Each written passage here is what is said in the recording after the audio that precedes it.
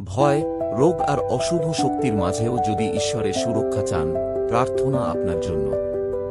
যিনি পরমেশ্বরের গোপন স্থানে বাস করেন, তিনি সর্বশক্তিমানের ছায়ায় অবস্থান করবেন। আমি সদা প্রভু সম্বন্ধে বলবো, তিনি আমার আশ্রয় ও আমার দুর্গ, আমার ঈশ্বর, আমি তাতেই নির্ভর করব। তিনি নিশ্চয়ই তোমাকে ব্যাধিকার ফাঁদ থেকে ও মারাত্মক মহামারী থেকে উদ্ধার করবেন। তিনি তাঁর পালকে তোমাকে আবৃত করবেন, আর তাঁর ডানার তলায় তুমি আশ্রয় পাবে। তাঁর সত্যতা তোমার ঢাল ও বর্ম হবে। তুমি রাত্রিকালীন ভয়ে ভীত হবে না, দিবাকালীন উড়ন্ত তীরেও নয়, অন্ধকারে চলা মহামারীতে নয়, মধ্যাহ্নে সংহারক ধ্বংসেও নয়। তোমার পাশে সহস্র, তোমার ডান দিকে 10,000 পতিত হবে, কিন্তু তা তোমার কাছে আসবে না। কেবল তুমি তোমার চোখে দেখবে এবং দুষ্টদের প্রতিফল দেখবে।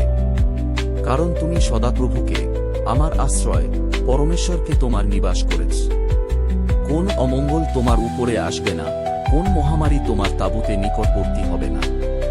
কারণ তিনি তোমার সম্বন্ধে তাঁর দূতদের আদেশ দেবেন, যেন তারা তোমার সব পথে তোমাকে রক্ষা করে।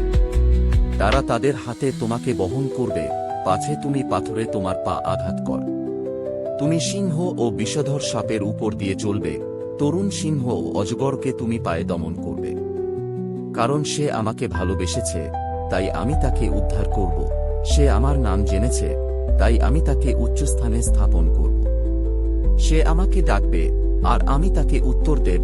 দুঃখে আমি তার সঙ্গে থাকব, আমি তাকে উদ্ধার করব ও সম্মানিত করব।